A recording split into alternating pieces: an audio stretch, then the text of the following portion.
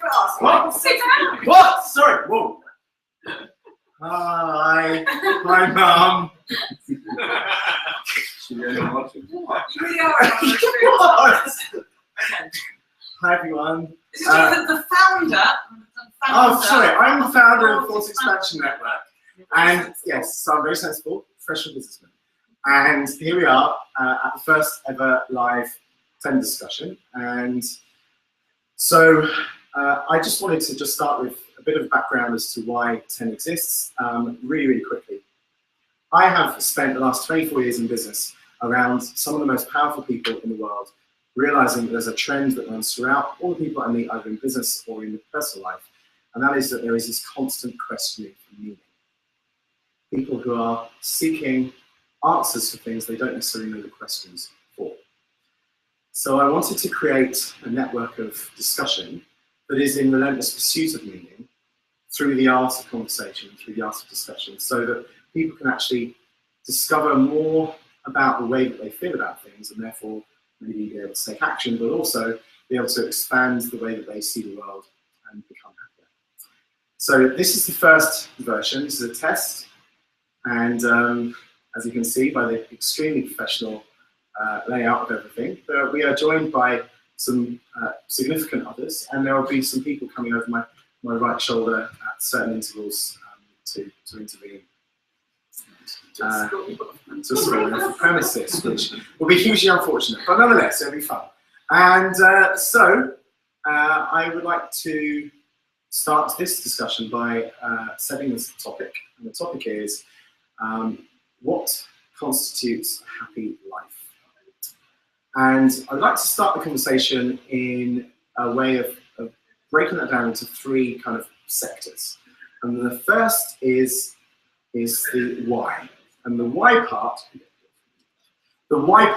is why, if indeed we do, we think that there is a need for being happy and having a happy life. The second is what, which is what actually would enable a happy life to be happy, if in fact we think that there is a reason. And thirdly, which is the how could we achieve that if it is what we see it to be. So we have the why, the what, and how. So what constitutes a happy life in terms of three blocks? Why happiness is even a factor, what happiness is, maybe even what life is, and how we could achieve whatever it is that we set out from that discussion to be. There's only a couple of ground rules. Firstly, this conversation will be considered a success if we end up with more questions than answers. We're not looking for consensus. We don't need opinion. This isn't an opinion that is agreed on by someone else. Debate is fantastic, but we are not looking for some kind of conclusion. It's okay if there's more questions than answers. And also, if we feel as if we're going off on a tangent, and we all are on that tangent, then that's the right tangent to be on. This conversation will last for 2 hours, and anyone can leave and use the facilities. I have a VIP access pass here. I've already closed, so we've got perpetual access to these offices, by the way. I'm kidding, of course, security watching. And so yeah, if anyone wants to go to the facilities and use a biological break, that's okay.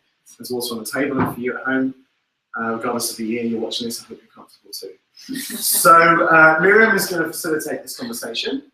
I'm only an attendee, and but I would like to start the conversation with a question to you, which is, I'm going to leave the toilet pass I'm going to put on the table here. So if you want the toilet pass now, you can't take the toilet pass straight away. Okay. All right. So. Is that secretly the key to happiness right there? Yes. Oh my God. We've just started. You can't blow the entire thing. It's like, okay. Thanks very much. Good night. We'll see you next time on 10. Jesus. Okay, so Abby, the question I'd like to kick off for you is do you think, actually we're in the why section now. We can jump between why, what, how, but is it, when you saw the question or heard the question, what would constitute a happy life? What was the first thing that came into your head that was relevant to the question, other than what do I need to get from the shelf? Or what should I do next? I think the first thing that into my mind was, if you'd have asked me the question 3 years ago, I'd have had a very different answer about what happiness was. So that's the first thing, how we can evolve as humans on the journey. And 3 years ago, happiness was stuff, and 3 years later, happiness is an experience. And so when I saw the question and I saw the opportunity to come here, I thought, I have to be there for this experience. And so that actually made me happy. And that to me was happiness. And then I went back to, but it's not stuff. And then I went to, no. And I went, wow. Pretty much clears that then. And it was the backside. I was like, keep away from the lights. I can't help it. And I think this is it. So I just wanted to come and see what other people. Similar reactions from everyone else, kind of in terms of the topic. So happiness is quite a big, chunky thing. Is it something that's drawn you here? Are there similar reactions to that?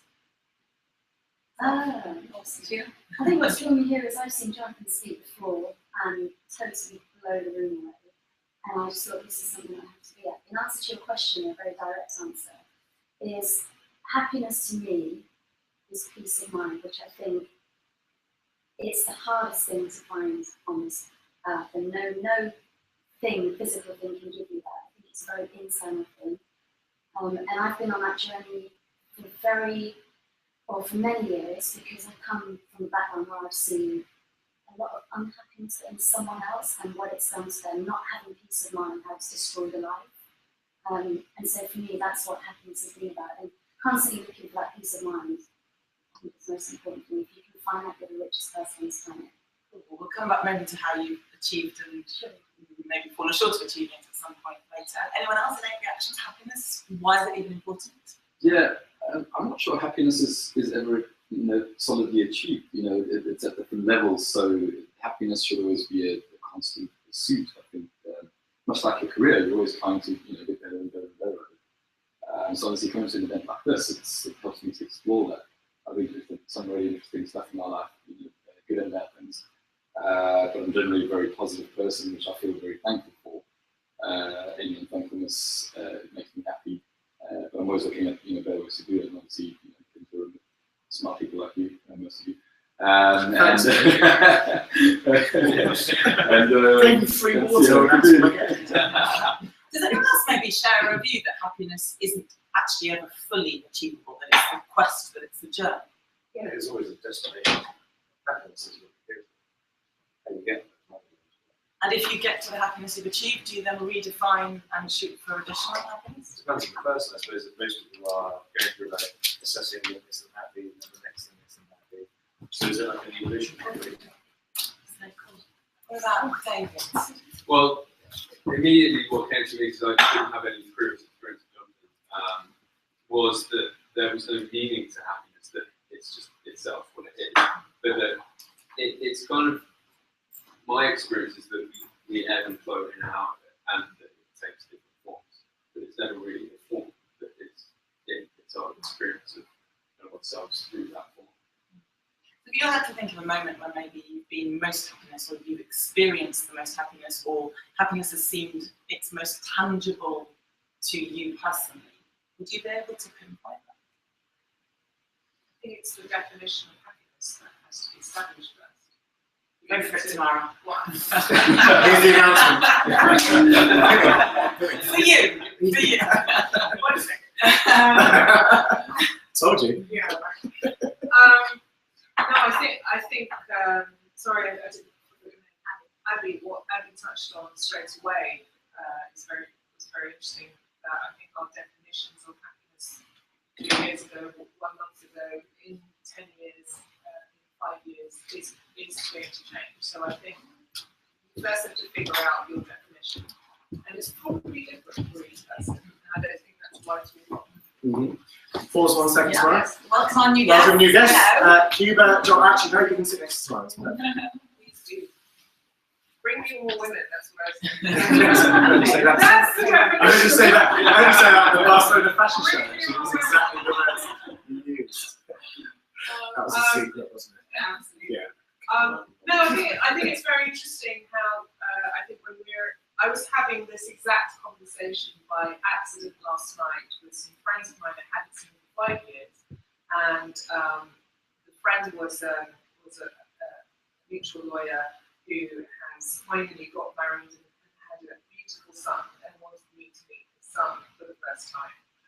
And we were all trying to figure out what happiness was, and then his wife said, well, Charlie, which is their 18-month-old son, is just continuously happy. No matter if his toy breaks or doesn't get what he wants, maybe he feels frustrated, but he has this inner constant joy because he hasn't yet faced any of the fears of life, which adults do.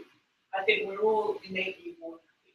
And I think our environments and experiences and our parents and our institutions and all the structure that we have to go through life growing up creates levels and levels of fear, inadequacy, and then as a result you start to feel unhappy about either yourself, the way you look, the fact that you're not achieving enough at work, that you don't have enough material objects, that you're not pretty enough, I'm getting older. I mean, the list goes on. And what we've all said around this table last night is when you look at newborns and children who haven't yet reached those levels of experience that create fear, they are just continuously happy. They're joyful. Everything's amazing. Every new experience is an utter joy. And last night I bathed him for the first time, and I found this cute little duck thing where I could fill it with water and slowly drip the water on his head. And that feeling, he'd never had that feeling before, and the look on his face of utter just amazement at this new sensation he was experiencing on his face was just pure happiness in that moment. And it transferred to me, and I felt very happy. And I realized in that moment that actually happiness is innately in us. Okay, so I want to jump in on that piece. Do you believe that we are all innately born happy? Because my children's experience wasn't necessarily quite the same as this particular little boy. I had a son who was deeply unhappy because he was continually in pain, he was continually unable to feed, and it's quite interesting. So this idea of happiness being innate, what do you reckon? Yeah, I'm not sure. I have one really happy kid, and I have another kid who was, born with autism and is not quite as happy, or quite as naturally happy as you described. I recognize it in my second child. But what I think it is that when you're young, everything is a new experience and everything is exciting. As you get older, so obviously you've always had, because everything's exciting, you can water drop in your head. But as you get older, the barrier gets further away, the bar gets higher. If you prefer, you bought your £100,000 sports car yesterday and you're really happy. A week later, you're like, which is why I really crushed it. Yeah, exactly. Ask for scratching that. It costs me so much petrol. I agree with the whole experience, and it's something I've been doing for the past 2 years. That I've just given away everything I own in the car, and I live as lightly as possible and just spend all my money on doing crazy fun stuff. Because it's the crazy fun stuff that you've never done before. I won't get into detail too much. I don't know how PG this is. But this is, I don't know what the policy is in terms of hangouts. So yeah, that's great. Yeah, I mean, actually, no, with Lynn, when Mum's watching it, she thinks I've got proper jobs. It's from the simplest things that, going for a walk with your kids. There are those moments where you just go, I always think of happiness, I'm always going for that moment when you just go, wow, it doesn't give a miss right now. It'll change because, it could be Saturday and it's Monday and you think about work again. That's very interesting to right now. Yeah, that's exactly. very interesting. Yeah, Exactly. So is happiness then about being present, and is happiness mindfulness? So you're actually, So now we're in color. you're actively. Lexi, what's your thinking on that? I think mindfulness can help towards happiness for some people. I don't think that's the same thing. What was that? I think we've got Josh. Was that Josh Ranaby? There is. I just watched you on TV. Just for me. How you doing, man? You're right. Yeah, you can sneak in. Don't worry, no one knows. All good. Yeah, we're just broadcasting live to the world right now. That's okay.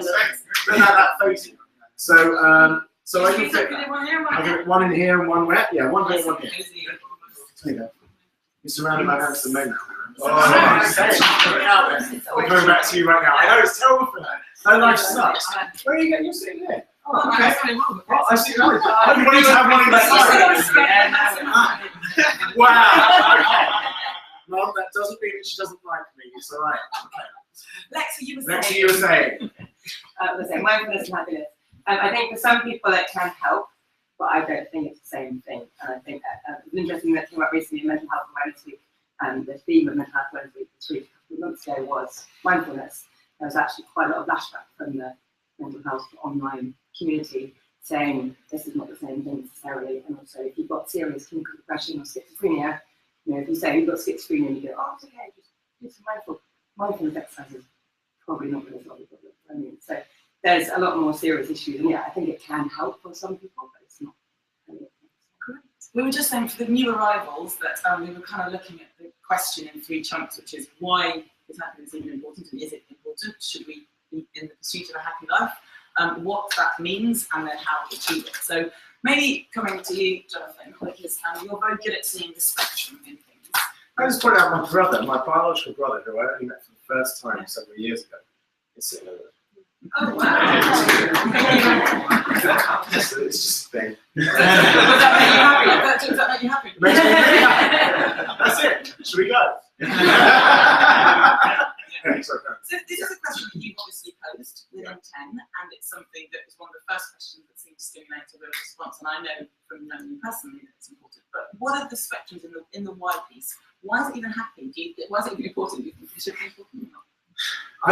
I see many things in a spectrum that ranges from opposite, really, really distinctly opposite poles, one end to another. And in terms of happiness, I often oscillate between, on one end, happiness being a goal that can be pursued, and on the other end, being an experience that can be had. And so digest that for a sec. So on one end, you have a goal that can be pursued. So in other words, you're not happy until you achieve that goal. So happiness will have a set of criteria that you can almost literally check off the list and say, now I have this, or now I've experienced this, then therefore I'm happy. There's that on one end of the spectrum. On the other end of the spectrum, I have this inkling that, and I oscillate between both of them, where happiness is actually the journey as opposed to the goal itself. And there's this interesting conversation I've had online with this person we're talking about happiness with, and she said, I don't think I'm ever going to be permanently happy. And I asked her what she meant by that, and she said, because I know what I think would make me happy, and I don't think I'll ever be able to achieve that. So she would be on the far left-hand, or my left-hand side, so your right-hand side of that spectrum. Whereas my mother, my adopted mother, lives her life as a happy person because her journey is full in her mind of great things, whether it's her grandchildren, whether it's her children, whether it's the fact that she has a lot of her relatives still alive, which when you get to mid-70s is quite a thing. And so these type of things are not material. These are absolutely immaterial things. But the experience of these things makes her happy. And so I wonder whether or not on the spectrum where we all sit, whether we think that it's a goal or whether it's a pursuit. And I'm going to ask Danielle first, and then I'm going to ask Cuba, my brother. But ladies first. Thanks. It reminds me of the talk I saw on TED a while ago about synthetic happiness and objective happiness, or I don't know how it was called. And I think it's a very, okay, that's going to sound a bit wrong. I think it's a very liberal concept and capitalistic concept that has a lot to do with the fact that happiness is only about you. If you look at happiness as an individual thing, then of course this spectrum makes a lot of sense, and you probably oscillate between the two as a human being. And a lot of people that have not achieved things have kind of felt synthetic happiness as a way to compensate and explain to themselves how cool life is, which is pretty much cool one another for most people, you know, compared to, I don't know, whoever's trying to cross the Mediterranean like I to the UK, as an example. So, but yet, this is all, it makes a lot of sense when happiness is defined at an individual level. I think that one other reason why people may not feel happiness is because we put too much emphasis on individual. It's a lot of pressure, one another, and even you know, being able to enjoy little things in life is actually not always that easy. I think it would probably be, more balanced if we kind of learn back from how it used to be once, which is that it's not only about you, it's not only about us being happy, it's about us and, for example, a small group of people, a larger group of people, or some kind of values, or something that's like bigger than ourselves. And once we take a bit less of responsibility in terms of achieving or feeling happy, then probably it's easier to get there. It's just. And Kiva, what's your thinking? I think it's interesting you're talking about a happiness as a goal, because like your mother, My adopted mother is Your based adopted on our mother. We had different mothers actually, we had the same father, just for those who but, because our father is watching this and he'll be like, what? I never met her. He did. Amen. But, and you say your mom talks about being happy because she has these things in her life. I think when you have happiness as a goal, you're arriving at that happiness. You don't really know it, but maybe you're aware of it back there. But you're arriving at that happiness. It's probably going to be a disappointment. Even if it's just because the longevity of the happiness it won't last forever. You may be as happy as you thought you were going to be, but it's only going to be for a short period of time that you're going to find this goal. The joy of chasing a dream is more important. It's the little increments of success you make. So you would say you're more on this side of the spectrum in terms of the experience itself, as opposed to the goal. Yeah, I think the goal is important because you can't really strive for anything. But you should be happy every single time you take that little step forward. And it's tangible when it's there. It's a day that you celebrate and then you go on again. And Joshua, what are you thinking about this one? How you doing, bro? I'm good. Really good. To see you in a long time, man. So it seems like ages away that the whole kind of workshop thing. This Joshua, by the way, ultimate artist. I mean, seriously, and Sheena as well. These two. And these two, Aoife, seriously, geniuses. Check it out. Ultimate artist. Anyway, sorry. There's a plug. It's an interesting one for me because I feel that happiness is, it stems from the root word to happen. So it kind of has this idea of, if your circumstances are good, then you are happy, and if they're not, then you're not happy. So it kind of fluctuates between the two.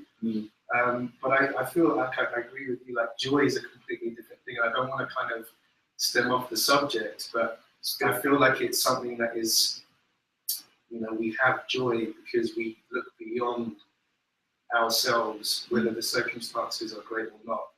And joy is very different from happiness. And I think that I kind of feel like we all experience happiness and we all experience unhappiness because of our circumstances or because of what happens in life. But joy is something that keeps us sane. It's something that keeps us going. So are you saying that joy is permanent and happiness is Yes, transient? exactly what I'm saying. I think happiness is quite temporal, and joy is certainly permanent. And is there a sense that maybe happiness is somewhat dictated at maybe even a subconscious level by things outside of us? That we believe that certain things will make us happy because that's kind of what society expects of us, or what other people might have experienced happiness from in the past, that actually perhaps this idea of joy, which has to come from some deeper inner source, is separate. But what about this idea that maybe our happiness is sort of someone else's happiness that we've taken on ourselves? Do you ever wrestle with that? It's down to people's surroundings as well, because we're often influenced by your surroundings, your people, your friends. If they think they're happy, you kind of feel their happiness in a slightly sort of second-hand passenger type of view. By the same token, most people individually will have their own perspective of what happiness actually looks or manifests itself. So, is it transit? Is it flows around? I think so. I think you're right. Is it a journey? But also, ignorance is bliss. People don't know. You're talking about babies and walking. If you have no other concept, right or wrong, and something happens, it's just so cool. And then you have no idea, because ignorance is absolutely this fun. I've often wondered whether a tramp's dog feels like it is a tramp's dog. Well, it is. You know what I mean? I know to be too kind of existentialist about it. It's when I look at the dog and think, you don't seem to be that put out by It it. is what it It's like, knows. it's kind of like an unconditional. No, No, but you can kind of tell when the dog's losing. I'm just saying. But what about That dog face. what about what about for you? So happiness is a kind of a concept that is it maybe something that sometimes we get to the idea that we should be happy. Have you ever met those people? I don't know if you're one of them, but we have all these things that should be making us happy, yet there's still something that's not there. Just so you know, no one who wears yellow socks is unhappy. Well, There you go, boom! Everyone gets yellow socks out. Just constant. So what about for you, Sam? This idea of what constitutes a happy life. Is it something that you've thought through and that you have a definition of? I think people put a lot of pressure on themselves to be happy. They kind of wake up and think, okay, today I've got to be happy. So I think, I think I actually agree with what you were saying before in terms of the journey and kind of like taking things off. The journey is so much more important because, let's say for me, if my dream was to be like the CEO of a bank, for example, my life could be so stressful. But that's my goal at the end. I'm not going to be happy because I'm now going through so many very stressful days, etc. So for me, I think happiness is simplicity, and that journey into becoming happy is actually it's all mindset. That's what I think. This is linked to Sheila's point at the beginning, which was that it was a state of mind, it's peace of mind. So it's the peace part that enables you to be happy, not the complication. Eva, we haven't done tea yet, so I'm sorry. I'm fine. And you can't help yourself as well. No, but I'm not trying to micromanage you. You micromanage me. Sorry, everyone turn away. Just amuse yourself. And there's this one time. Okay, sorry. I guess I could elaborate on the peace of mind thing, because the peace of mind allows you to appreciate all those other things along the way. Like again, I'm going to agree with Cuba. It is for me, it's definitely the journey, because I might want to be a great singer, and then when I get on stage, I do crap in it. But at the same time, it's how I get there. If I don't appreciate the journey, what's it going to mean at the end? Like all those magical little things that happen along the way, I'm going to completely miss because I'm looking directly ahead. And How conscious are you of that feeling when times go bad, when times are hard? Do you think to yourself, you know what, it's all part of the plan. No problem. Right on. Yeah, you have it's constant mind training. But how personally do you feel it easy to flip into the dust yourself off? Yeah. Step back up. But that comes with training. It certainly does. Because you can't I was sit going to in say. that misery. All right, you're in charge. Yeah. So yeah, I'm still listening to her. Because like, as long as you're sitting in that negative zone and in that misery, you're not progressing either towards what you thought your happiness was or where you're meant to be. It's all about the journey. And very often, if you're in goal orientated, you won't enjoy the journey because maybe your end goal is not where your happiness lies. I think there's a lot to be said for just allowing yourself. What about if your own goal is happiness yourself? That's what you're working towards as opposed to a job or a place in or whatever the thing is. I don't think happiness should be an end goal for anyone. I don't. I think you should want that for every minute of the day. You should Obviously yourself. Alexi, happiness and then goal. Just go there for us. What do you mean by that? Well, if you back to the mind journey, I suppose, and thinking about it, and if you don't care about yourself and your own happiness, if you don't care about yourself enough to make happiness a goal, then think about it. And if you don't care about your own happiness, then is that going to happen? I would agree with that. I mean, the reason that I left my wife was due to the fact that I was deeply, massively significant, fundamentally unhappy. And I should, like, after 4 years of psychotherapy, I think the outcome was, at the end of the day, it was all a learning exercise, and I got 2 lovely children out of them, and that's out of the marriage, and that was fantastic. We lived in nice places, and we had hard times, we had good times, but ultimately, the result was progression. The reality was that my reason to end the marriage was purely down to the fact that I was very far away from being happy. And it had a domino effect across all of the rest of my life. And even though we get on fine now, and I've never gotten better with my kids, the reality was that it had to end to be happy. And so actually in that instance, happiness was most certainly a goal. Another happiness goal for me was to actually reach happiness was the ability to earn money to an extent where I don't have to think about money. So I don't have to think, gosh, where's the check going to come from?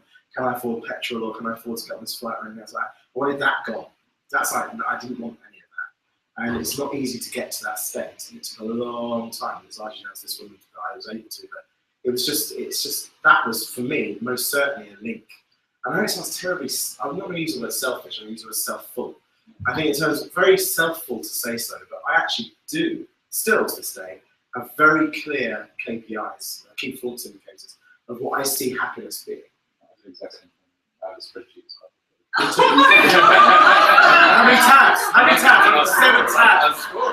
Okay. What are you going to say? I have a spreadsheet. I think, yeah, Lexi. I don't think it is selfish or self-full at all, because I think your own happiness, and if you don't make it a priority, maybe priority is not your goal. If you don't make it a priority, then it's going to affect all sorts of other areas of your life and everyone around you as well. Potentially, it can decrease other people's happiness, it can decrease your efficiency and productivity, etc. So I don't think it's just a kind of, selfish. I agree. It certainly made me a better parent. I've been a better parent since I've been divorced rather than when I was married. Yeah, maybe a better parent. Carl doesn't want to say anything like that. Carl doesn't want to say anything? Fine, but I do have a question. Okay, who here at home wants Carl to say something? Carl, Message us say on Twitter. Yeah. Okay, Tamara, and then I have a question for everyone. I just want to ask something because it was following from Eva, what she was saying. Do you think it's possible to actually be happy when you are in a circumstance that's very hard? And normal people would say, this is an unhappy moment, so I don't know, tragedy, whatever constitutes typically unhappiness. Do you not think it's still possible to be a person who has innate happiness in very hard times? So you were talking about it not being possible all the time. Sometimes you're upset for different reasons. I think that comes down to what happiness is. Wow, Aoife, you've really changed. It's only a 6'2" glass. Just thinking. There's a small kind of blonde Irish girl. It's like, oh.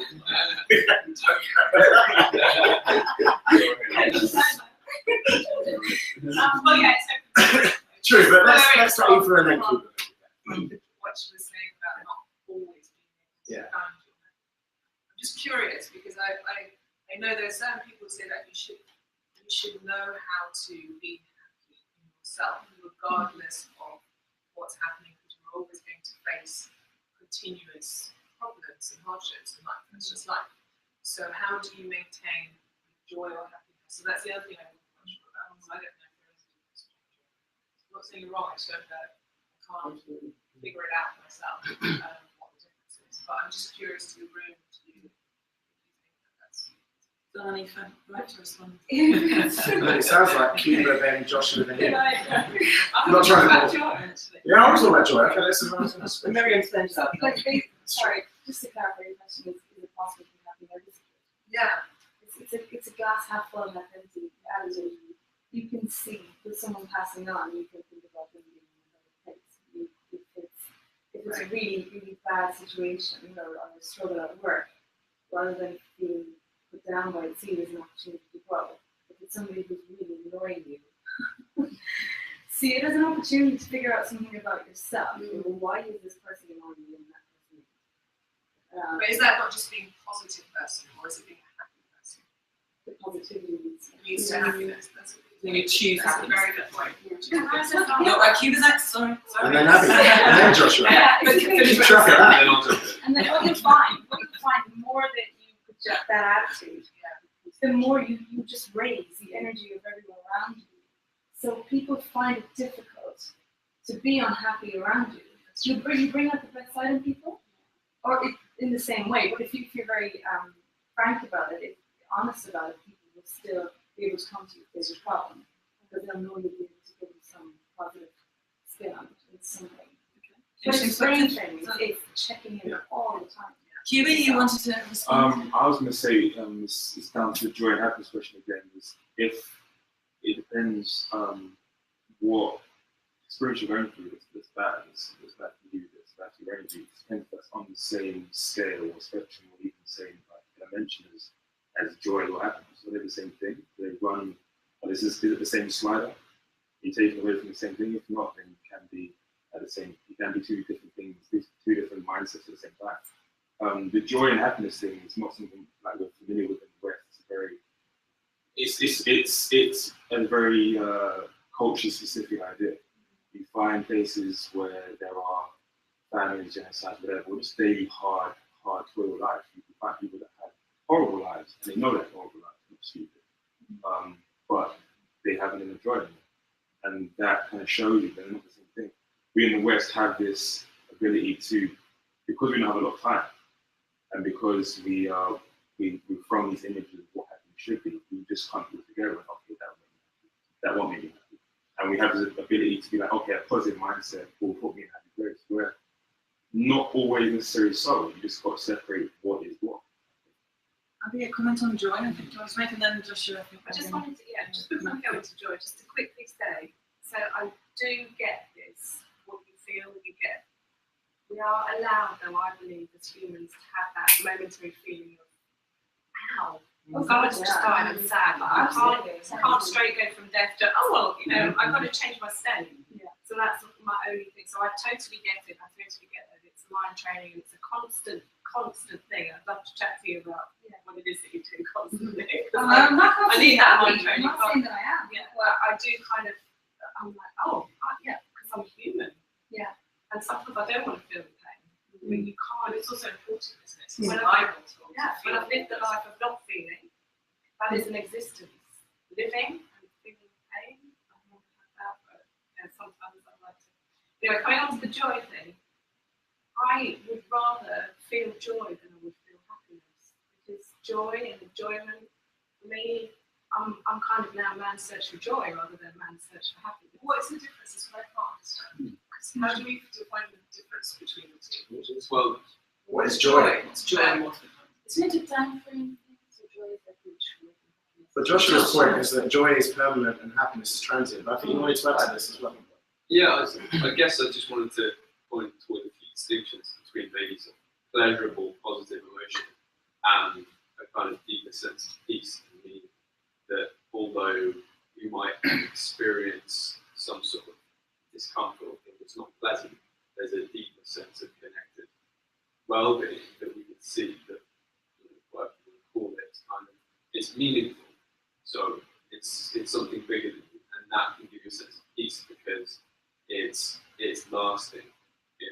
It's actually something based in the truth rather than a sort of temporary experience of your own thought, which is what I guess I was noticing before when you were talking about your thinking around it.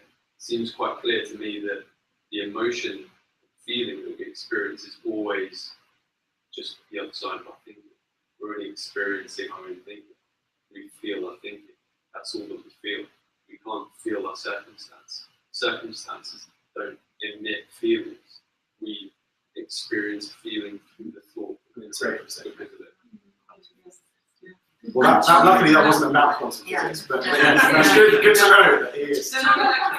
Yeah. Sean, you had something to add. You said you wanted to make a Yeah, it's funny how opposite we see joy and happiness. It's very interesting. Because I always feel happiness as a platform. Happiness is, the levels that you're pushing up and pushing down, or going up and going down. Joy for me is that spike in the moment that it's 2 o'clock in the morning, you've had a bit too much to drink, and that song comes on, and this is amazing, and you absolutely forget about everything else. No matter how much nonsense is going on in life, even if someone really important to you died 2 days ago, there's that moment where you just go and you forget about everything and you just go boom through the roof. That's joy for me. Okay, in which case, Josh, I've got a question. Does joy require belief? It's a really good question. I'm not going to say I know the answer to that, but I will say this. I don't want to surprise you with a question. No, it's going to be on 10 in like 12 minutes. There's a story that I read once, and it was about a really interesting man, and basically this story talks about this guy's torture and what he went through. And there's a passage that basically says, for the joy set before him, because of the joy ahead of him, he endured the punishment. So the joy was that he could see how his death would benefit a whole bunch of people. But the actual circumstance, and obviously the circumstance of going through torture, wasn't a happy situation. Like he wasn't happy there. It certainly was. So well, I didn't spot that. I'm really well read. Right, you look relieved. Who's the author? That's coming next. 318 fishermen. So I guess I want to leave it open and just say, you either have to see which is, one is the substance of, and one is the result of. And maybe is about meaning at the end of the day, isn't it? Which is what it is. Lexi, I feel like you want to make a comment about other people's joy and happiness pulling other people up around them. Kind of feel like over from that corner. Yes. Go for it. Indeed. But yeah, there was 2 points. So that was the first one. So and you mentioned about if you're positive and happy, other people are happy around you. I think that very much depends on the people. And I've actually kind of definitely experienced it around where, and it was in particular reference to the 100 Happy Days project that everyone else sort of did that. This every day, we were like, thumbs up, positive and happy each day. And other people, I had reactions from a couple of people who said, stop posting more happy shit, I don't want to see it.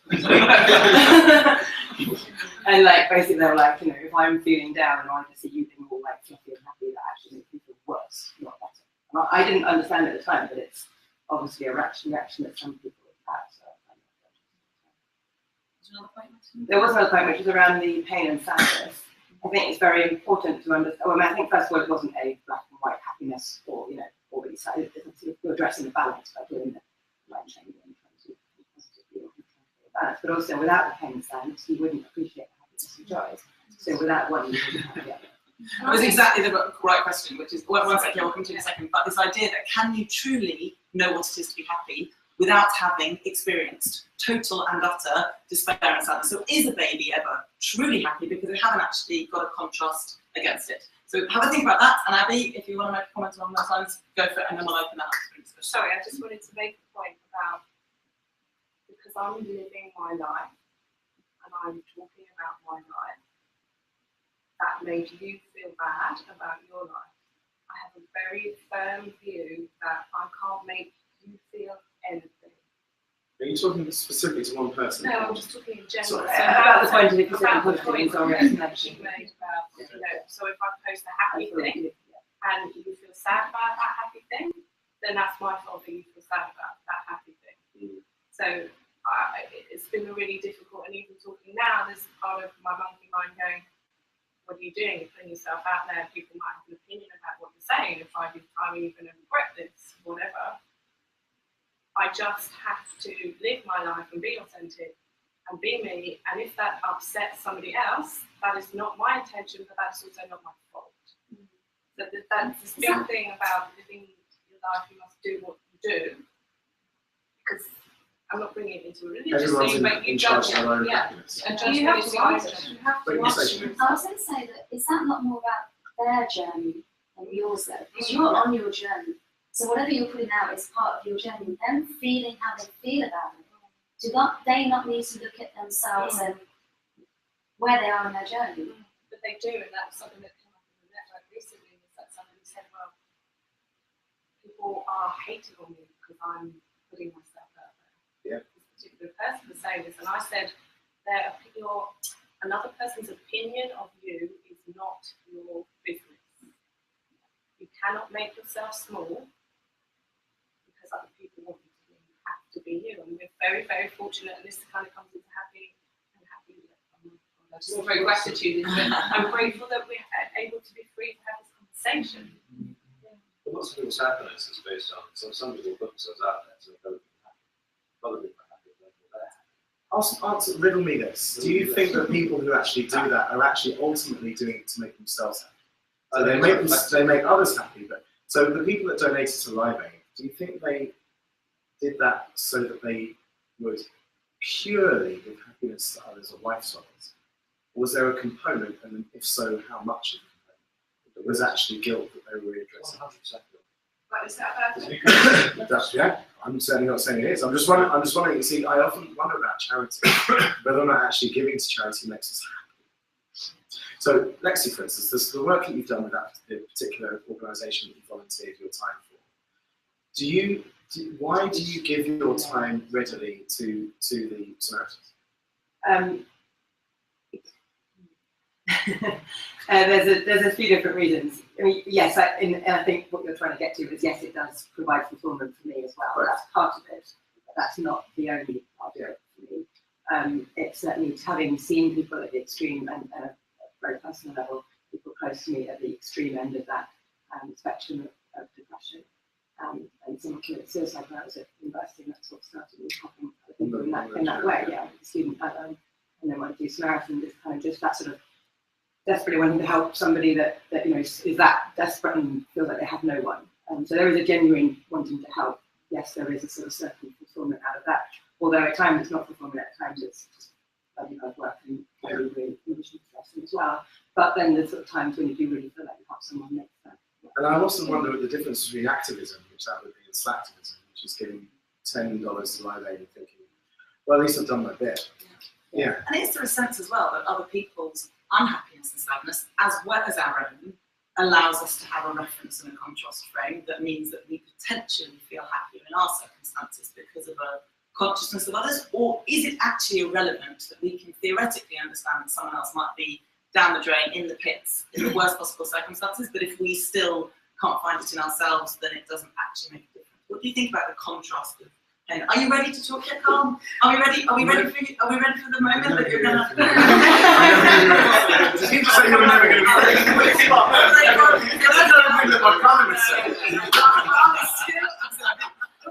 Can I answer that just as a kick off? In 2004 to 2005, I lost all of the money that I had ever earned, and I ended up with £12.67 in the bank, an extraordinarily angry wife, and a 3 and a 4-year-old. I lived in a car behind a pub for 3 weeks, and I realised very, very brutally that food and shelter and safety were absolutely the only thing that I cared about. And the food and shelter and safety was primarily to make sure that the dependencies inside the car were fed, sheltered, and secured. So do you think you are able to live a happier life because you have experienced true deep unhappiness? Because now I don't genuinely care whether I earn £75,000 a month or £750 a month, because it makes no difference, really, to the food, shelter and safety that I've secured by buying land and enabling that to be locked and tight and done, and so that however much stuff happens, it can't affect the fact that my kids are not fed, not sheltered, not safe. And ultimately for me, it turns out that provided that my kids and their mother and my parents are safe and fed and in shelter, the rest of it is absolutely irrelevant. I don't give a shit whether I own a 200-foot yacht or I live in a 1-bedroom studio flat in Bethnal Green. It's like, it's totally irrelevant. Yeah, it's totally irrelevant. It really, really kicks in at 4 a.m. in a Fiat Panda behind a pub. Massive, the whole thing becomes really real. And after that, everything changes. You were kind of involved with that discussion, so I don't know if it's because you have an experience which has made you maybe appreciate happiness more, but what do you feel like this contrast is? I think I'm very lucky, generally speaking, and that it's very difficult for me to. It's very difficult for me to just imagine how bad things would go to get something fair. But then I'm also very aware of that most of the time, and therefore I just consider myself happy as something that I was given at birth. Someone once asked, I think it was, well, I don't, the fact that you're just born in the West, that you are, you know, a woman that is in the 20th century, for instance, and that you have the opportunity to learn and to travel, all of that is something that you will birth. It's a privilege, and I'm very happy for that, and I'm not considering that. Like, you know, it's a good start, right? And I feel like, so you're right, the fact that there's a perspective helps a lot. And that kind of goes back to the point I was trying to make earlier, which is that when you're trying to understand happiness on your own, it's very difficult. It's just very difficult. It's very stressful. It's a lot of responsibility that you put on yourself, but also it's very difficult to define, because how are you going to ever do that if you don't have, you know, a point of comparison? Now, I would like to add on top of that, to your point about objectives, that for me, objectives, therefore, are not having anything to do with happiness. It's just something that I have to do because I was given those cards at birth, and therefore it's my responsibility to use them to link to the home. Someone else might have them. So, you know, out of respect for the rest of the people who didn't, I'm just going to do whatever it is I was supposed to be doing. I'm going to do the best I can. And if I have the opportunity to do that well, then, you know, I'll feel even more lucky. But again, so it's a relative thing. So relativity, I think the physicists don't like everything has Which equal one? and opposite reaction, and light is There's just more than knowledge one. that there is kind of nodding along to this. So yeah. Well, I think it makes sense that plays a part in it, but I didn't really particularly have anything to jump in and say. I was just kind of enjoying everyone expressing. In which case, I'm going to select it. Yeah, sorry. I think it wasn't a reason why I started doing it in the first place, but certainly a kind of unexpected side effect of doing this now from listening to people. So probably more than 50% of our calls are people who are seriously suicidal. And a kind of side effect of that is relativity to your own life and lifestyle. Does that make you more happy that you're seeing how things could be bad, or does it Doesn't make make you more unhappy to experience their unhappiness? Well, neither at the moment in time. I don't kind of go, oh yeah, I'm happy, you know, I'm better off thinking that when I'm on the phone, but it puts things in perspective. And so when you then have certain situations in your own life, you can kind of think, well, actually, this is really not important. You know what I mean? And you know, I do sometimes almost find myself, and I think it applies to all of us in the room. We're definitely on the higher end of the scale of privilege, as you mentioned, in terms of scale of born, money we earn, etc.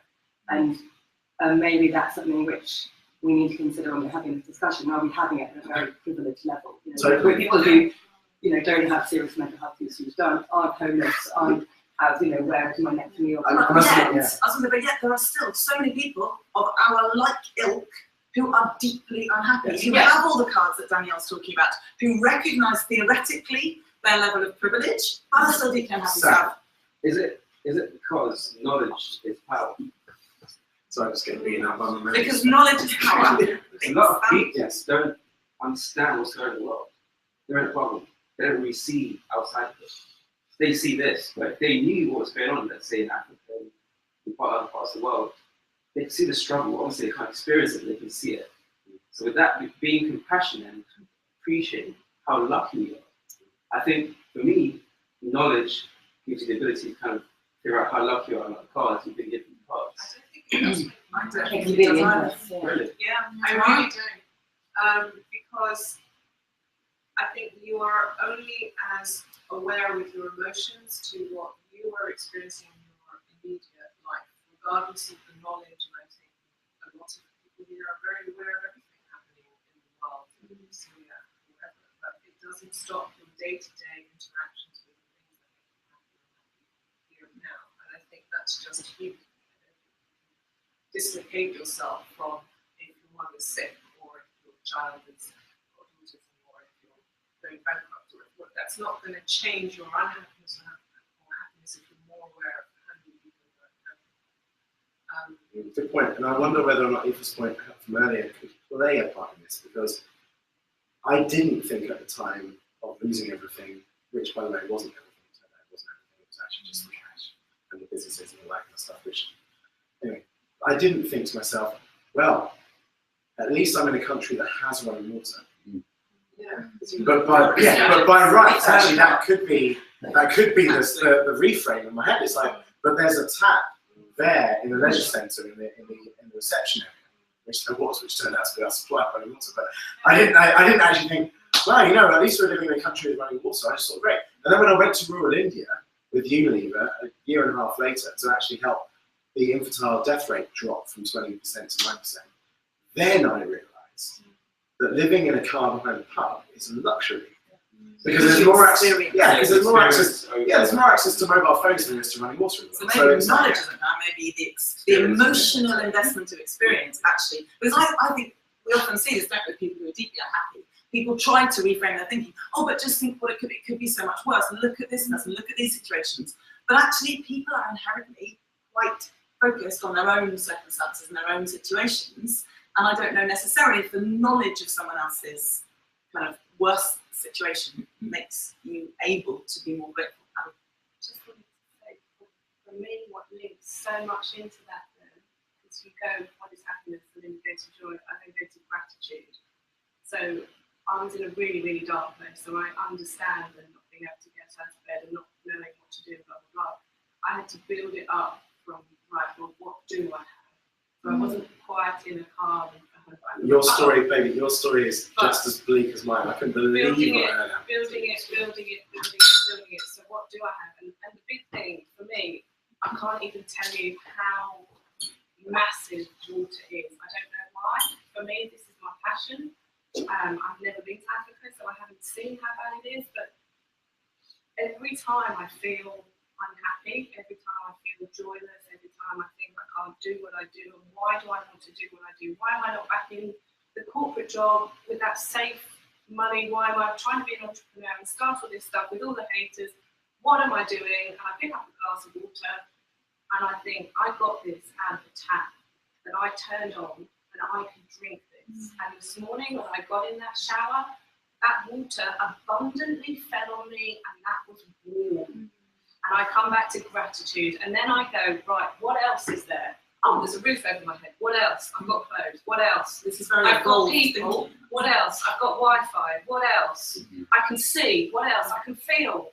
And then I build it up to everything, and I start with the simplest thing, which to some people is their life. Like kids spend 2 hours walking to get water that is ultimately killing them. So, hand on heart, I'll come to you in a second, but hand on heart, who here in this room really genuinely at an absolute deep level truly would say they are absolutely happy? All the time. No, generally, as a general state, but obviously we have ups and downs. Who here is absolutely genuinely happy? Now. And I would say that is extraordinarily rare. So, yeah. Sheena, you want to say something? And I'm really intrigued by this. Did you want to say something else? I was just going to say, just listening to what you were saying earlier, I think there's like a third strand. So we talked about joy and happiness. But what about appreciation and purpose? Because what you're talking about, I feel, is an appreciation of the smallest of things that we take for granted that leads to a sense of happiness. That's gratitude. Yeah, so I Gratitude. to me the word Yes. yeah. But then purpose, because I could say the last 2 years haven't been a bed of roses. And it was a conversation I had probably 2.5 years ago, was about discovering what your purpose is. Because I think that leads to immense happiness, and you've seen it, and not many people in their lifetime find their purpose. So it's a constant search. Indeed. It's a really, really Good. useful I point. might address that. So. And guys, really honest, and thanks for answering that question, because I do think that it's a really hard thing to answer. Is it circumstantial? Is it something that's temporary? Do you feel it's just because you're on a quest and it's a destination which you haven't arrived at? Can I ask you both in turn? It's going to sound like but I feel like happiness is a pursuit, and I don't think it's entirely possible to be 100% happy all the time. The purpose is really interesting. My purpose for the last few years has gone away, and now I'm looking for another purpose, and that really that takes your 80% down to 60. I'll never be below 50%. I'm that kind of person. I'm very positive. I've stories like J-Mac over there. I've faced my own death many times growing up in Joburg. That's what happens. You know, I've been in. I understand that, but I stood up, and every day I was above 50%. Nothing can bring me down. But I don't know how many times I did 100%. You know, I don't know. I think that's. I don't want to say it's impossible. I think that's the dream that sort of keeps it going. And, stuff like pursuing that and pursuing your privilege and pursuing your purpose is all about just feeling that glass. Do you know what you're? Do you know why you were put on Earth? I've been questioning it a lot lately. I just thought it'd be a nice light-hearted conversation. my friend, after I've had some really interesting luck in my life. I've been attacked by 3 Rottweilers. I was almost dead at the age of 11. A few years later, I was hijacked and they tried to shoot me but missed. And my friend came to see me the next day and tried to cheer me up and said, "Mate, you're statistically dead." It's like no one survives both those things. And I was like, "Thanks." But I still, I still use that line. There must be a reason I'm here. Yes. You know what I mean? How can I survive with it? And then I've had more shit since then. So do you know why you're here? No, I'm still trying to figure it out. Do you think you know what your purpose is? If the purpose of a vessel like a glass is to hold the liquid or solid, and the purpose of a knife is to cut, and the purpose of a shoe is to cushion, what's the purpose of geometry? Is to make things better. I just don't know what Or is it to be anymore. happy? Which is what some religions state the purpose of all beings is actually to be. Well, maybe if I make things better, I'll be happy. Okay, and David, what's your view? Yeah, it's a similar sort of thing for me. My relationship with meaning has been on my attention a lot lately, and I feel that my experience of joy or happiness. Sorry, Dominic Control's leaving the building for anyone at home. The most important sports agent in the world, by the way. This is oh, that's true. Yeah. Take it again. I feel it fluctuates, and the way I see things is that I really struggle to define anything and say that is it and that's solid and there it is. It's like it seems to me always in change, and I realise that as I guess my awareness of my experience expands, my sense of what I am expands. Therefore, the relationship of everything again changes. So I have moments where I don't exist, and there is no experience of it. There's everything happening, and in that experience, there isn't happiness, and there isn't someone experiencing it. And then I settle back down, and I feel that there's things I want to do and things I want to change, but then I can kind of get caught up in the illusion again, in the illusion of trying to make a difference, and then not feel good about that, and then see through that again, and then feel really good again, feel really connected again. So to say I'm generally happy wouldn't make sense to me. I feel there's such a fluctuation. I think that's an absolutely brilliant articulation of what a huge, vast majority of people feel. But this is maybe a good moment to segue into some of the how, because a lot of you are saying that you do actually feel you're happy. We're talking about what constitutes a happy life. Purpose might be part of it, and John, I know you've got some thoughts. Well, I'm going to pass over to Cuba and then Joshua, actually, because my personally speaking, the reason that I'm happy is that I don't do anything in my life that isn't actually what I know that I'm here to actually do. So my entire being, everything from this conversation to Thought Expansion Network to standing on stage to mentoring people to running unlock sessions, every single thing that I do, everything from looking after my kids and making sure my parents are okay, the entire thing fits. There's nothing. I don't spend longer than a minute doing things that I think, oh God, I guess I have to get through it. So the stuff that's hard work, like making sure my speaking chops are better and that that work out how to read a room. Like today I was on stage with one of the hardest rooms in my entire career, of one of the largest brands in the world, 41 of my senior executives. Really hard. Like, I'm really knackered because of it, and that's exactly why I'm on Earth. So I absolutely, it's just, I don't even know how much money I make today because it's totally irrelevant. The fact is that I changed lives. They came up to me after their lives. They're shaking. Their whole being is changed. They totally, fundamentally changed their life. And I'm like, peace out. Drops mic. That's it. I don't care. Write a check, don't write a check. Makes absolutely no difference to me. It's totally irrelevant. Because now is very yeah. So everything's linked to expanding the thinking. And if I expand the thinking of people, it's all good. And until I got to that stage, and I only got to that stage after I lost everything, because it's a really, really good focusing tool when everything's gone to shit. It's like, well, why the hell am I here? And some people can take one road or another road, and the faith that I had, the belief that I had, if you like, not to get to apply a religion on top of it, but the belief I had was that there was a reason why I was here. And I think that I'm lucky to at least be able to achieve it. The fact that I couldn't actually see the roadmap was irrelevant. I was aware of the sat-nav. And it was the awareness of the sat-nav that was enough for everything else to then domino effect without any geo-coordinates. Cuba on this pass that. So what's the question? The question is what do you reckon are the components of enabling you to feel either joy, gratitude, or happiness over an extended spectrum? My personal joy, gratitude, happiness are based around three things as well. But the most fundamental thing is anybody in my family who I love, or anybody in my family who I love, do they die? No. Okay, cool. That's one thing. It's on the list. Can I eat? Is rain falling on my head when I sleep? No. Cool. Are they defined for you? I don't know, but they're not a list, but there's something that there's an all. We would have a spreadsheet. Yeah, That being said. But it's definitely an aura that I walk around with and I can feel that. I feel if people around me are at least on their own pursuit of happiness, how do they define it? That's also a good thing. So that's one, that's the fundamental, that's always the core. Then the next thing from that is my personal health. It's kind of all that's kind of one. Actually, I would make it all one.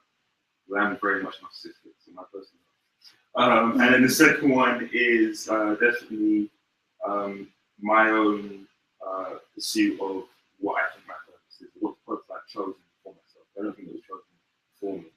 I think I chose it. It's something that I have become accustomed to and I have seen it to be. So how good is my work? How many times today have I put myself on the path of making better work?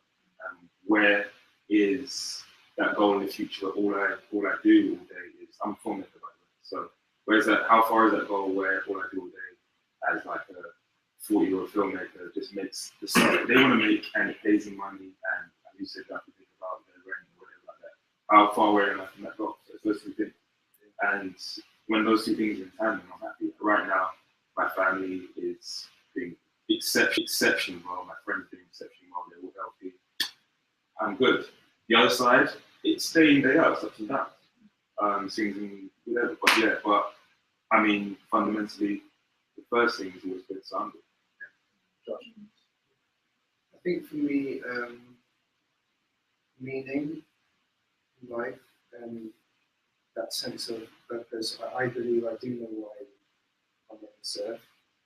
And that drives me whether things are going good or whether things are going bad. So I can look beyond a particular situation and see that, okay, my purpose is this. And what I've seen in retrospect is things are always evolving, things are always changing anyway. Like I'm not the same person I was last year, I'm definitely evolved. So I think life is like that. So I can look at my purpose and I can look at what I'm supposed to do on this earth and I can get through that circumstance and believe that it is going to get better. There is a light at the end of the tunnel because it's my purpose that drives me. It's not. You know, also you believe your purpose is so obvious. It's like when I first met Cuba, when I met Cuba and I got to know Cuba, in even recent time actually with Cuba, it's blatantly obvious that his purpose is to enable the visual arts to come to life. Your purpose, in my opinion, I've never really spoken to that, is to give people their voice. And it's so obvious, I knew it from the second I ever met you. It's like, that's what you're on the planet for. And it's quite interesting how there's a difference between people that is blatantly obvious versus people that you actually look at and think, I'm not sure what yours is. And then when you speak to them and they're not sure what theirs is. But the people that is really obvious from the outside, it's really obvious on the inside as well.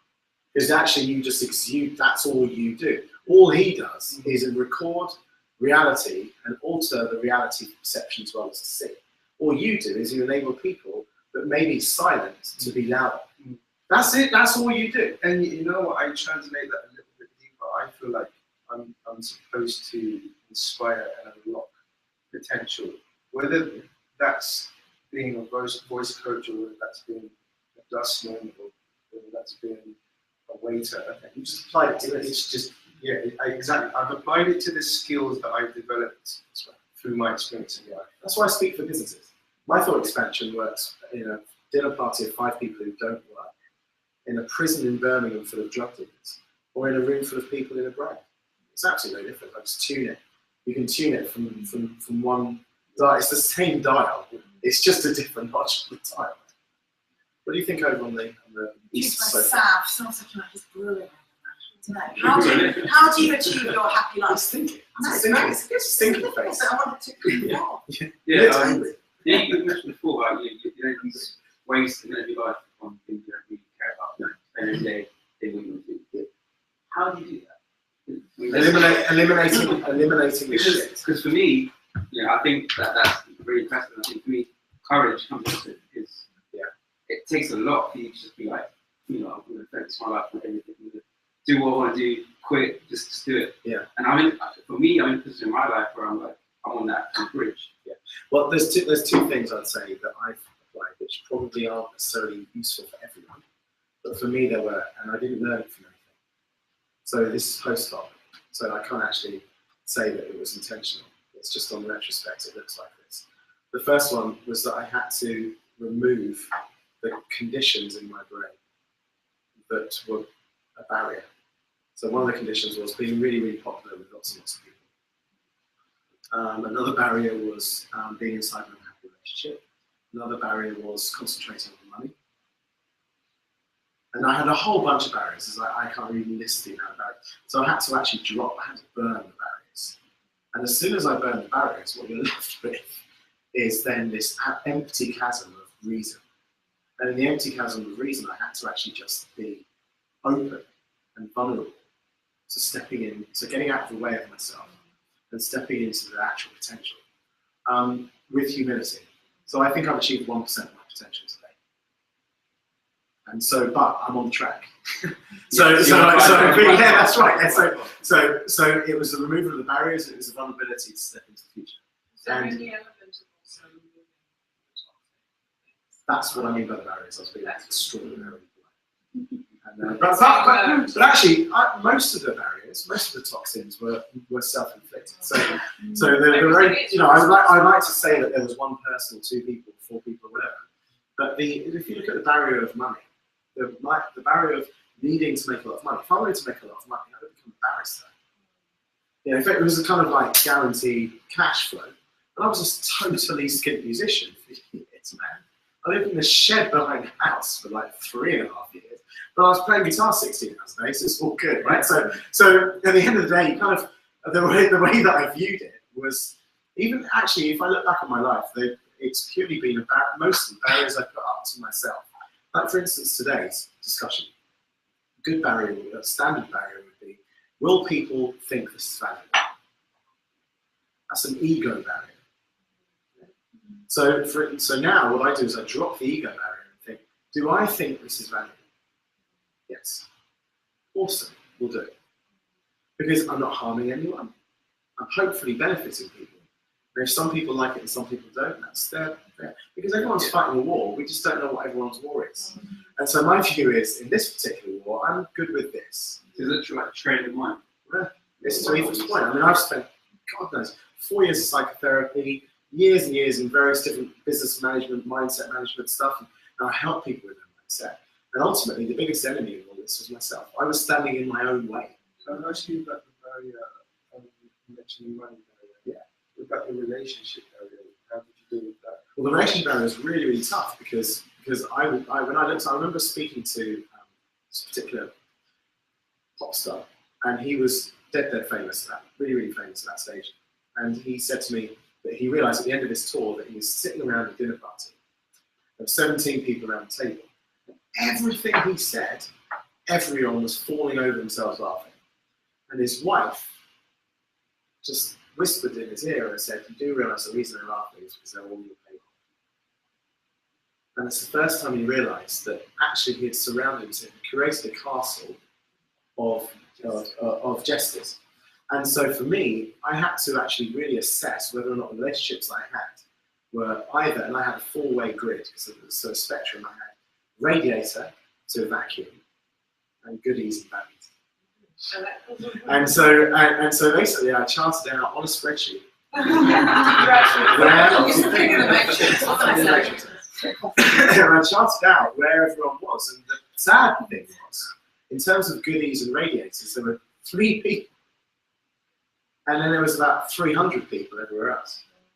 And that was a really shocking reality. And I thought, I've got to really go and seek something.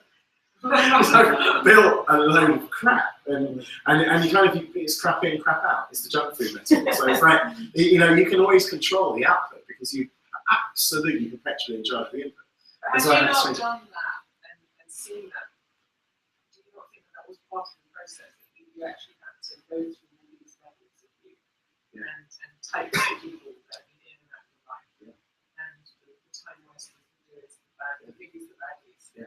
To get to this point, because how can you have fathomed that earlier on? Yeah, and you know what, the worst thing, well, exactly, I couldn't have, but the worst thing is I still have negative patterns, and there's still people, so I still get attracted to vacuous negative people. And I have these cyclical patterns that for some reason turn out to be 7 or 8 weeks long. Where I get into these cycles. Where's Mary like more than 6 or 7 years.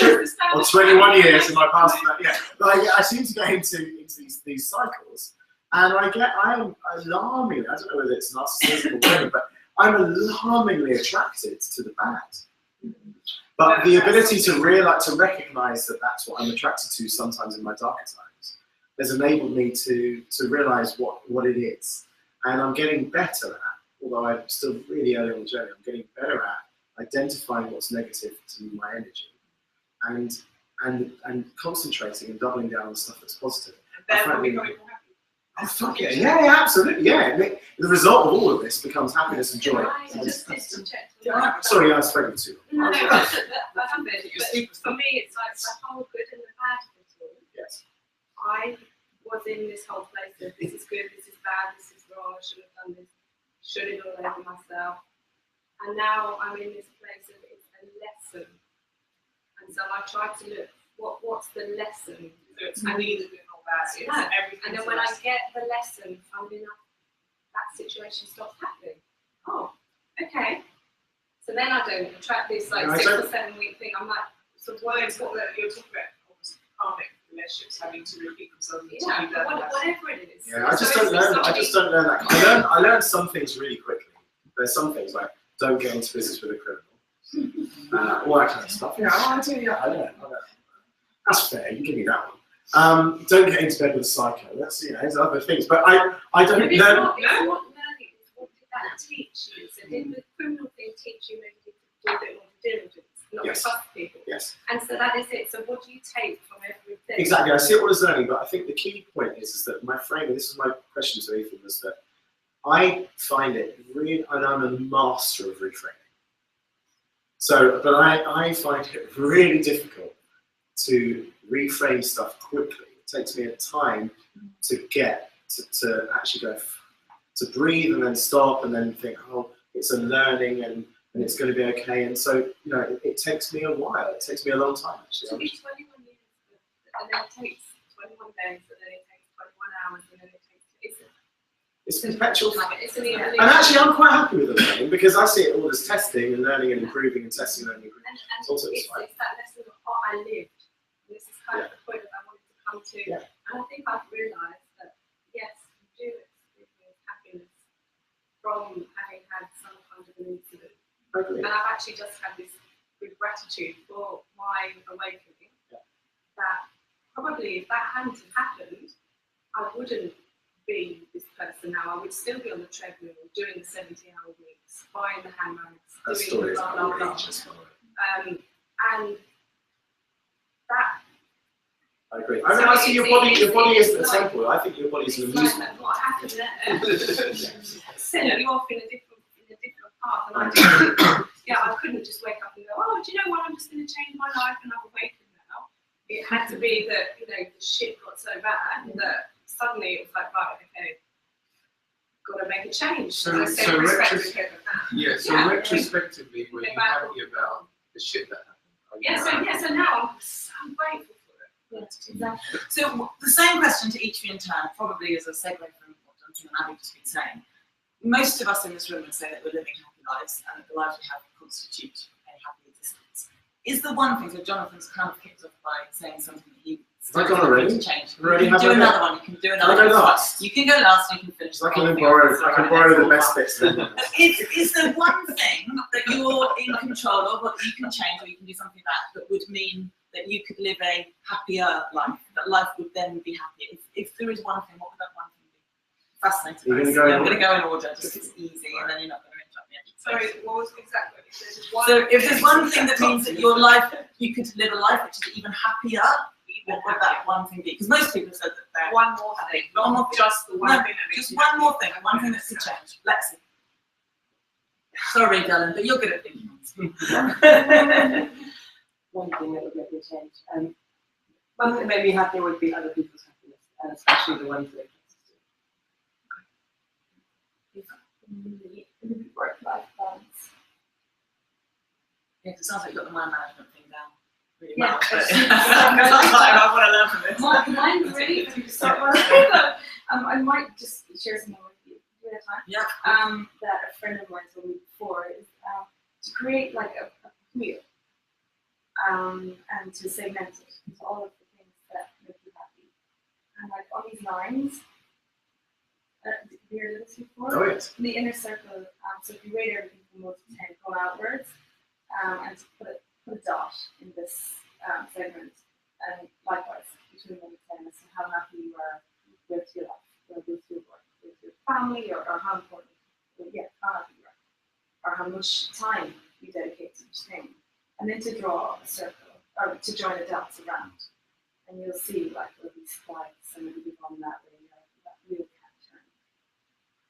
And for that wheel to turn, you do need to try to align to balance. It's a balancing act as well. That's where I am right now, trying to find a balance. Mainly with work, did you say? It's work-life balance, definitely, yeah. Work important.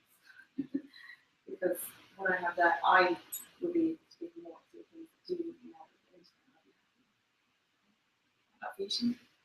Happy life. There are two things, but I'll go with one of them, and that would be to give my mum her health. And her health, she's not dying, but I'll go back to the beginning of this peace of mind thing. I think that, and I heard something 2 years ago that completely changed my perspective. I was at a memorial, and a guy gets up to speak, and he says, the first thing he says is, "Have you guys heard of the 70-30 rule?" And everyone's like, no. So the 70-30 rule, he talks about 70% of how you spend your day, in what state of mind, is how you spend 70% of your life. And he goes, what I want to ask you guys is that 70% happiness or sadness, heartache or happiness? And he goes, what I want you guys to work on is trying to switch the balance so it does become 70% happiness and 30% unhappiness, because let's face it, we're humans and we have feelings and emotions and everything else. And it sparked something in my head, because it made me think about, okay, how am I spending 70% of my day? And actively, I look to spend 70% of my day in the light, if you like, and happiness. And so when I look at my mum, now she doesn't even have a choice. So what I have is freedom and choice, therefore happiness is a choice. And I'm making that choice that 70% of my day, I want it to be happy. And so that's kind of where I sit on the happier thing. It's really good house as well. For my mum just to have her peace of mind. I think she suffers from depression, so it's a very difficult thing when you have somebody who's super beautiful, super intelligent, but has no light at all. Just cannot see light or feel it, or not even when she looks at her kids. Like it's darkness. And I think for me, a lot of what I've done, and maybe some of the regrets even have stemmed from trying to provide this light. The choices I've realised that actually don't serve either one of us, so we both end up losing out, right? So it's an interesting one. But happiness is a choice, so choose it. Zaf, for you? Yeah, it's kind of similar to what you were saying. I think like mind management is really important, because you can so easily, you can flip to a different side of what you're at. You can think really natively, but I think being able to manage your mind and train your mind to think in the right way really helps you. So for example, like today, I was at work and there was a guy opposite me just really up, like looking down. And for me, I think this guy, what's he about, what's he doing? Then I flipped my mind and said, no, actually, you could go through our stuff. I've got to appreciate this and kind of take it on board. Just flipping your mind and managing it, for me, just helps me get through day-to-day life. Just getting through it. Yeah. If you're going to be running course, an extra 10 masterclass on my management for happiness. You know, I'll just say one thing. I think there's a lot to be said for sunny side out. You don't always feel it, especially in the early stages when you're trying to train. And I'm very much trying to train. And once you put that sunny side out there, you put the light out, whether it's real or not, like in the a lot of days, it's not real. But people will give you their sunny side, and then before you know it, that you actually are feeling happy inside. It makes it feel back in. Yeah. Danielle? A bit selfishly, I love to be able to create something new and meaningful and valuable to exist in the world. I say selfish because I know it's not true that. I've been trying to do my part as best possible, so if I'm lucky, I'll be able to do something with that. And I think I saw, and with you obviously before, I feel like in order to do that, I have to let go of a whole kind of layer of noise that includes vanity, envy, and generally speaking, doing things that I think I need to do actually I need information before I need to do them. So I'm all the time working on trying to kind of put that noise away and trying to see that thing that's supposed to emerge from the signal, or I think I'm getting close, but hopefully it's not in the next 30 years. And hopefully it won't be down to luck. Look, it's just, I think when I say luck, I'm trying to be a bit humble about what I got to start with. So I know that, in my opinion, that's what I'm doing is just a result of me having had a lot of luck to start with, and then I'm trying to do my best with what I have. But if I can do something nice with it. I get overwhelmed by everyone's stories. I'm very grateful for sort of being part of this today. It's kind of thrown me. It wasn't what I was expecting in a very beautiful way.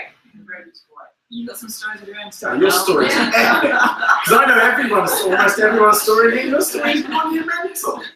Okay. We're going to keep that between us. Yes, we will. Okay, right. You can't find it on YouTube.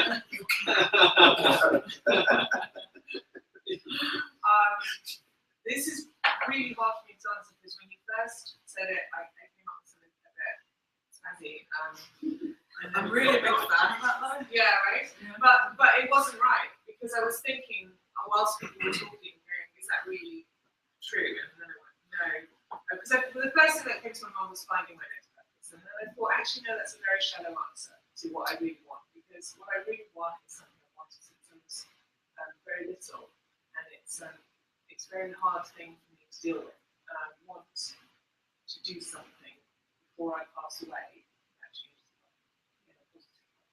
And in a way that's incredibly fun and makes people very happy. And I can't believe it. I had like a light bulb moment when I was thinking about this and going, oh my God, I'm in a place where we're talking about what's happiness, what constitutes happiness. And I sort of had a little mini moment right now going, I get it. It's emotional. I've got goosebumps here. No, I get it. I should have charged. You should have charged, right? Don't ruin the moment. No, it's fine. It's very fine because Jonathan, like many of the beautiful souls that come into my life over the last few years, are part of that puzzle of slowly making me understand what I really originally thought was how I was going to change the world when I was much younger.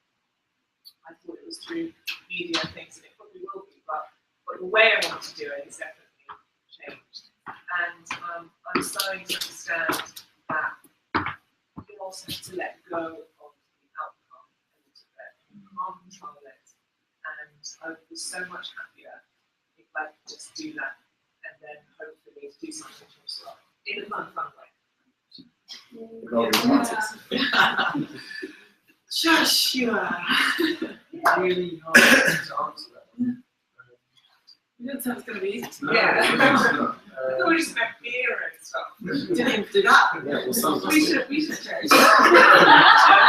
Where's the nacho? That's your output. That's your output. Where's the nacho? Yeah, I'm buying it.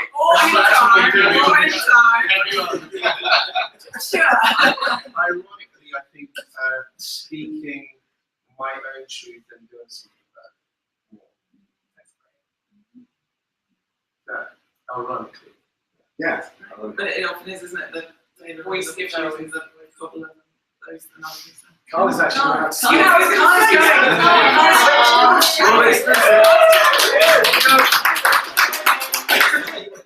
sorry, but it's happening now. You were 7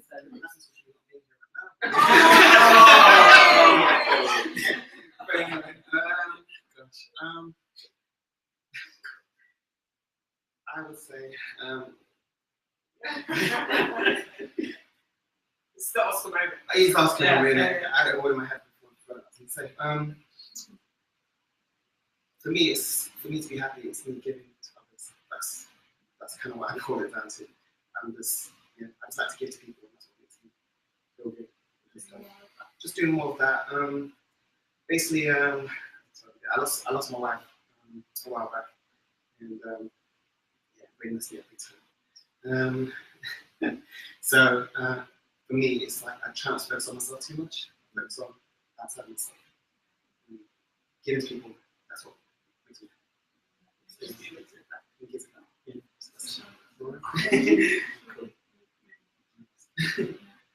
Go back over to Keith. Oh, okay.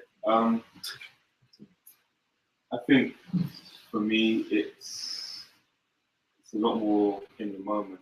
What would make me happy right now is actually a momentary thing. It's helping my mum reach a level of security that she's never had in her life, financial security specifically. She has never really had the know-how and maybe the savviness, but also have like the confidence to reach her own financial kind of like peace of mind. And I'm kind of reaching an age where, like I am a grown-up son, so that's always one of my duties to take her through that and help her reach that. Through stuff I do, so stuff I do for a living, and things I do for my purpose in life. They can give back to her, and if I can make sure stuff that she does give back to herself in a certain way, I'll be happy. Mr. Bishop. I just want to be the person I want to be. I'm not there yet, so it's aspirational. Simple as that. There's a few things in there, particularly around purpose and a bit more balance, stuff like that. But I know exactly what it is that I need to be happy with. I think that's the key, isn't it? It's the knowledge which then actually is followed up by committed action, and ultimately we can ever ask more of those things. I guess for me, at the moment, it's about stepping out of being the eternal student, kind of coming into my power to make a difference, and to turn my projects, which are around coaching within charities and linking coaches with charities around the world, to empower people to actually make more of a difference themselves, to create more meaningful lives and connect together, to actually succeed in things that aren't about just making money, but actually about making a difference.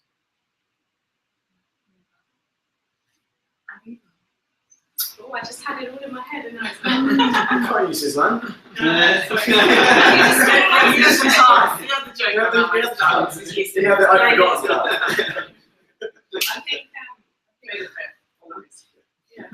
think so. Basically, my big thing is I want to become more vulnerable, put myself out there, and really dig into the courage that I know is inside me. Wait. Sorry. Why? Why does that mean more?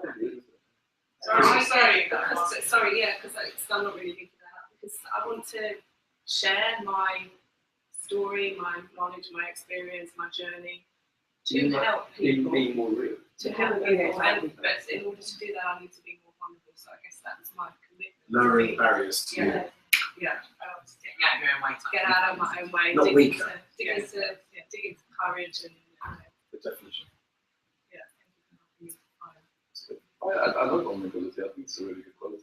And one of the best relationships I've ever had with people is when I was about to be ultimately vulnerable. And there's an amazing form of peace with that, and you feel really good about it. So I think vulnerability is a great character. Yeah, it's not weak, you have to have courage to just Every time I forget it, I want to relate around the head.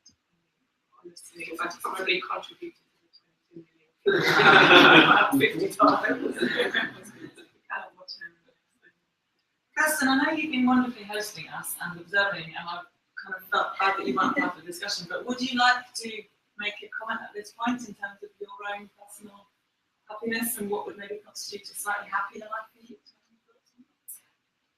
I suppose the thing I've been thinking about lately is around expectation and around the idea that the source of all unhappiness is expectation. And if you can manage within yourself to see your context more clearly and not concentrate on ideas you might have about what you should be or where you should be or other people you think expect, what you think other people expect of you.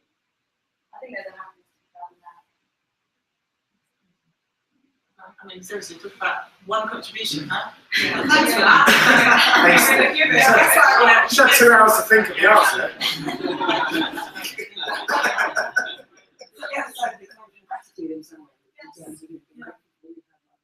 Yeah, and the idea of actually other people maybe dictating what you'll be happy by or not. So, yeah, it's bravery. So what about you, Miriam? Are you asking me? See that? I knew you were going to do It's that. a timing thing. Let's do it for that. What about you, Miriam? You was thinking, I don't know, Jonathan, what about you? I do this whole thing with just me. You usually do. Wow. You're going there. So my personal happiness, I think, is linked very much to the journey that I'm on, and it's been a very kind of deep personal journey of change and discovery over the last couple of years, particularly with some personal circumstances. And I feel as if I'm unlocking a new level in terms of personal knowledge and acceptance, but also how that manifests in terms of the work that I do. For me, it's extraordinarily integrated and very, very holistic. And I want to, on a very practical, tangible level, stop doing some of the things that I know make me more stressed than happy. So that's about bringing resource into the business, and it's about kind of passing on some of those tasks to get to a stage where I'm focusing and doing a lot more of the things that I know really make my heart sing and give me that joy. And then on a personal level, it's a huge piece around self-knowledge and acceptance. And I think the happier I am with who I am, the happier I am. It's kind of, It's so important. that's me. Mr. MacDonald, would you like to wrap up this first discussion? Well, Wait, what would happen if you didn't give them that? Would you be really No, he would take it for himself I'm and just do curious. it. well, the irony is that If we just shut down right now. this actually is what I do. So it is actually happening right now. And joking aside, the reality is that that what you've been part of, and I'm massively grateful for you being part of the first ever 10 discussion, is actually what my signal is. This is my signal, having these conversations. And as I started with, the reality is I'm not certain there are many people that are discussing things that would really matter to them, or discussing things with the purpose of finding meaning. I think that alongside the lack of water in the world, there is a huge lack of love. And I think next to the lack of love, I think there's a lack of meaning. And the twin sister of lack of meaning is lack of purpose. The purpose of Force Expansion Network is to join these things together. And then maybe, I don't know, water will come out at the end. But I think that this discussion is actually from my purpose. So you're actually living inside my signal to hopefully find your signal. And that's what my job is, amazingly. Although I would do it without charge, it's what I also get paid for. I should say I wouldn't do it without charge. Please contact Miriam at we. The fees have just gone up. But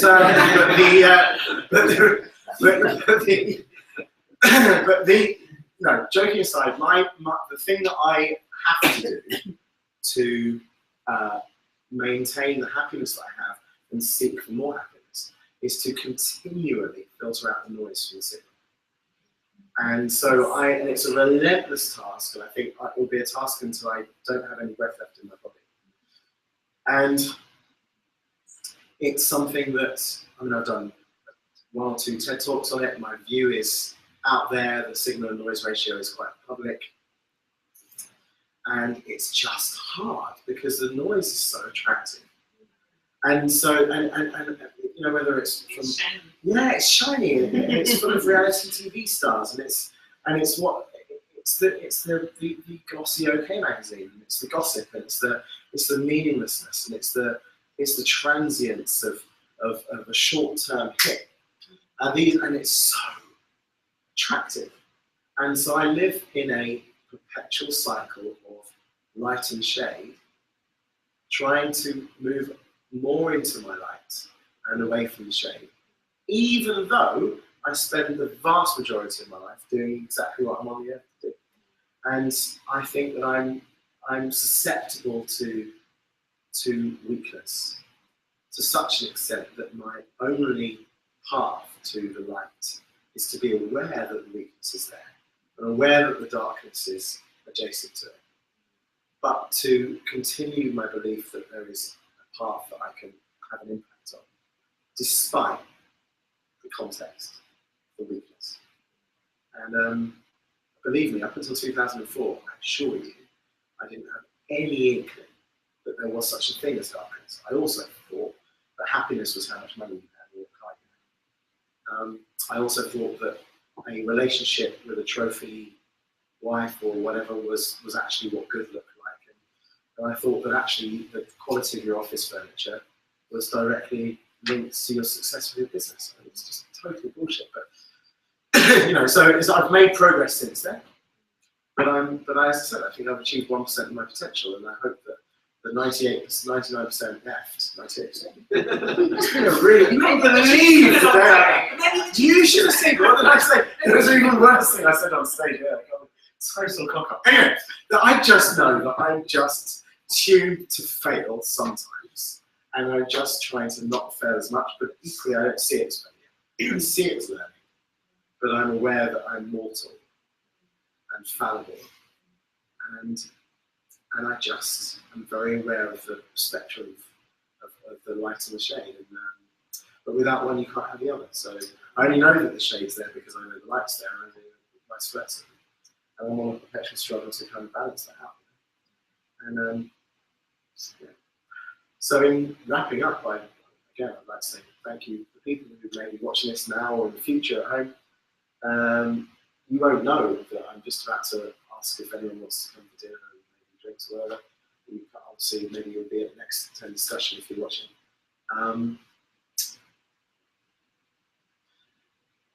But if there's just one thing that you've had from this discussion that's a benefit, if you could just grasp onto that, please, then I will feel as if all of this organisation, which obviously is largely done by Miriam and me, I'm absolutely fine taking credit for it.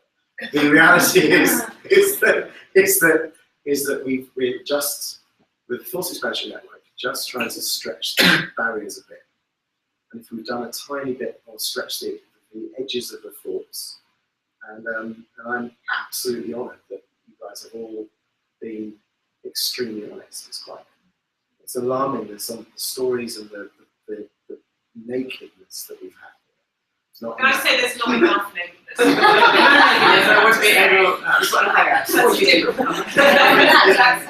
asked Samara earlier what she saw as happiness. She said, more girls.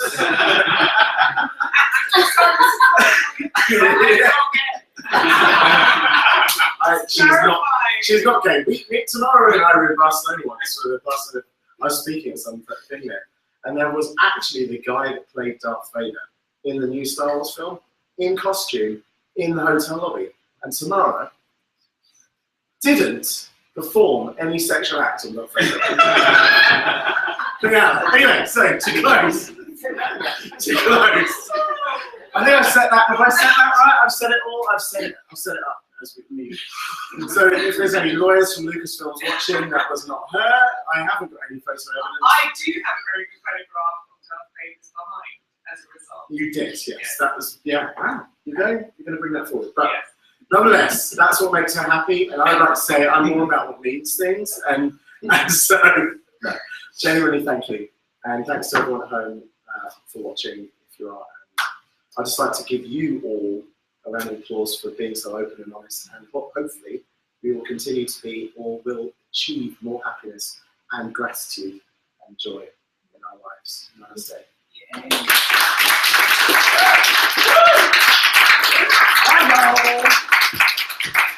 Keep applauding, it doesn't work otherwise. Shit. Hold on. Okay. And